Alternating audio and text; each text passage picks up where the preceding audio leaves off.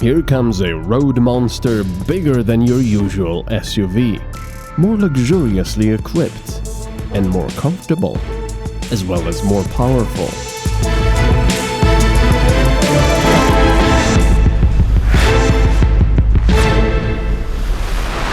The new Q. I brought the Audi Q8 over here into nature, and I wanted to drive it in the winter because I wanted to show you how these SUVs with all-wheel drive, this one has Quattro drive, can also do snow and mud and all the other things that people don't usually do. But where's the snow now? There's no snow. Oh well, I guess it doesn't matter because people who buy these cars will probably never see snow on the roads much anyway, because they'll be at home where it's warm and nice, and even the car will have a heated garage. Because this is the highest Q number, the Q8, you would also expect the technology from A6, 7 and 8 to be present. And you're right, it's got a LiDAR, the laser thingamajig, it's got the radar for cruise control, it's got sensors for parking, it's got cameras, the front, back and everywhere else, and of course the optional LED matrix headlights, which I have to say at night work absolutely fantastic. They're not just a very expensive toy. And come over here, look at these tires. If you thought you had a big one, you don't. This has a big one. 285 and 22-inch rims. But I think the saying goes, it's not how big it is, it's how you use it.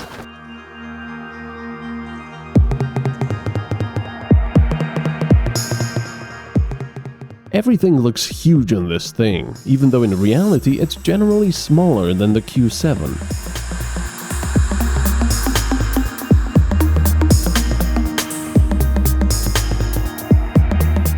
Audi has aimed the Q8 against cars like the BMW X6, and I have to say they've already won in the looks department battle.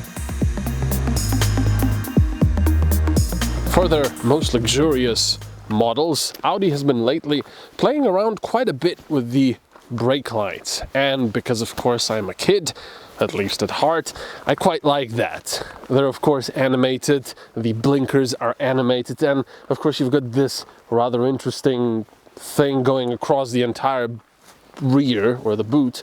And if I do open the boot up, it's not just a toy.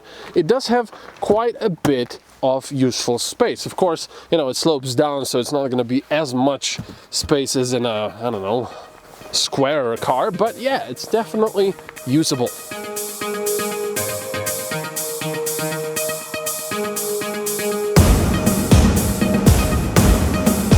The interior is quite good as well, some soft materials and futuristic looks of the dashboard and touchscreens.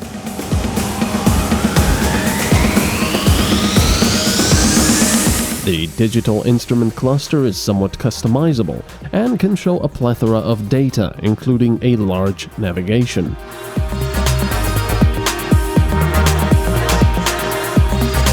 Climate controls are all on the displays, although both of the screens have haptic feedback, which make it feel like you're pressing a physical button.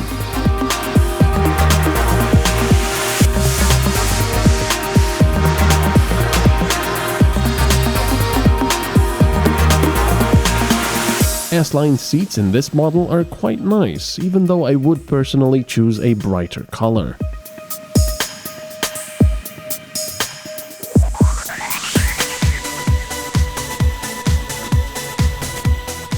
And now onto the road test. I doubt we'll have traffic jam problems because people seem to get out of the way of this beast. The very first thing we need to take a look at is the size of the car.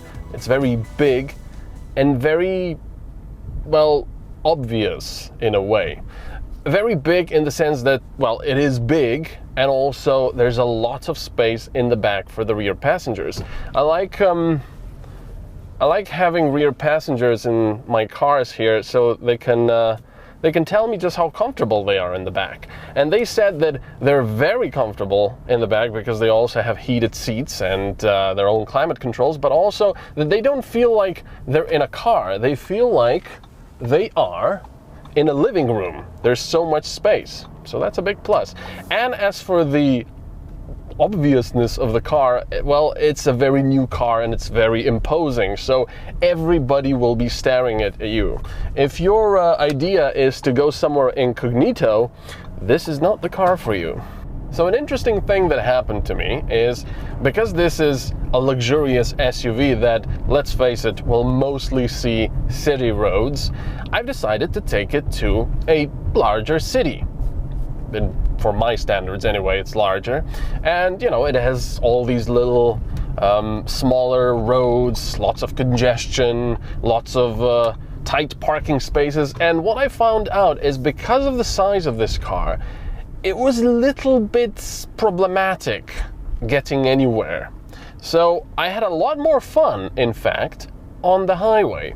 On the highway, you wouldn't believe it, this car turns into, I can only say, a GT cruiser. It's so quiet and refined. At 130 kilometers per hour, you will barely notice the engine, and I don't know how they did it, but these giant tires, you can barely hear them.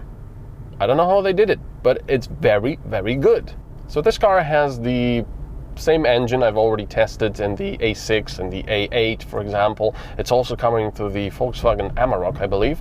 The 286 horsepower, 210 kilowatt, 3-liter V6 diesel, which I think sounds very, very nice. And it's also a very nice engine. I really don't have much to complain about it. But compared to the A6, for example, where the consumption was absolutely fantastic for such a big, luxurious car. I think it was around 6 liters per 100 kilometers, and that was fantastic. This, however, 8 liters per 100 kilometers average at the moment, and you know, it's logical. It's a less aerodynamic, bigger, probably heavier car, so you do have to keep that in mind. As far as the power and the transmission, it's the same old. It's very good power, but it takes a while when you press your, full throttle until something happens. So the computer and the transmission and the engine, everything has to talk to each other, going, maybe it would be a good idea to give you full throttle in this busy intersection, otherwise someone will crash into you because you're in the middle of the road. There's one tiny problem with this car. Well, actually two. One is the price, however you look at it. I mean, I'm just a mortal. 130,000, which this car is a lot for me. I think it starts at around 90-ish. Something like that. I'll tell you that in the later. But anyway, so this car is 130,000 and it doesn't even have leather. But okay, fine. I don't even need leather. The seats are quite comfy. What is the problem is, you give 130,000 of your hard-earned euros for a car like this, and then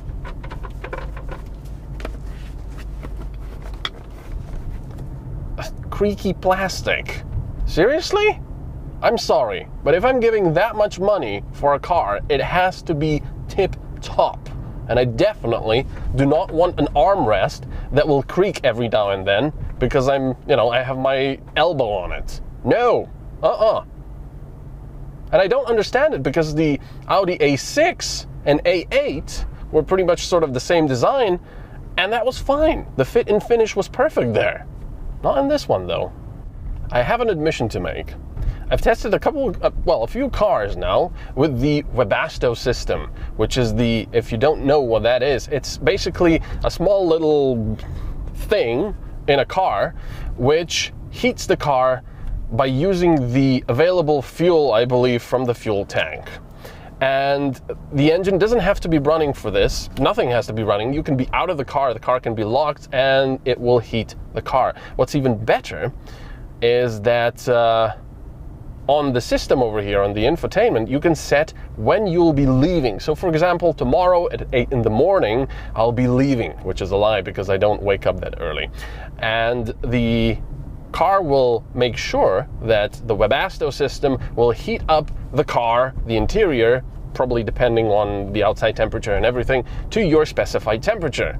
And it's in winter times, it's really toasty and nice. I usually thought, this system's a bit expensive. I think it's over 2,000 euros. You know, why would you need that? Until you get to a cold winter, in which I love it.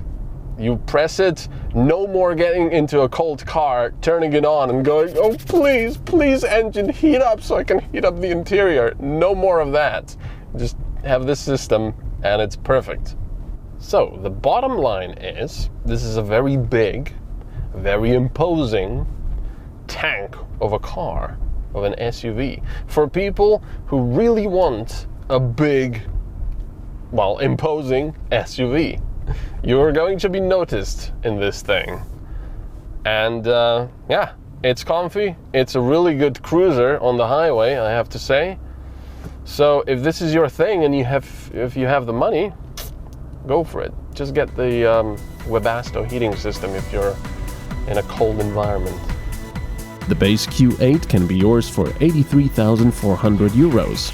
Then there's the 22-inch alloys for 5,000, matrix LEDs for 2,000, or the Bang & Olufsen Advanced for over 8,000 euros.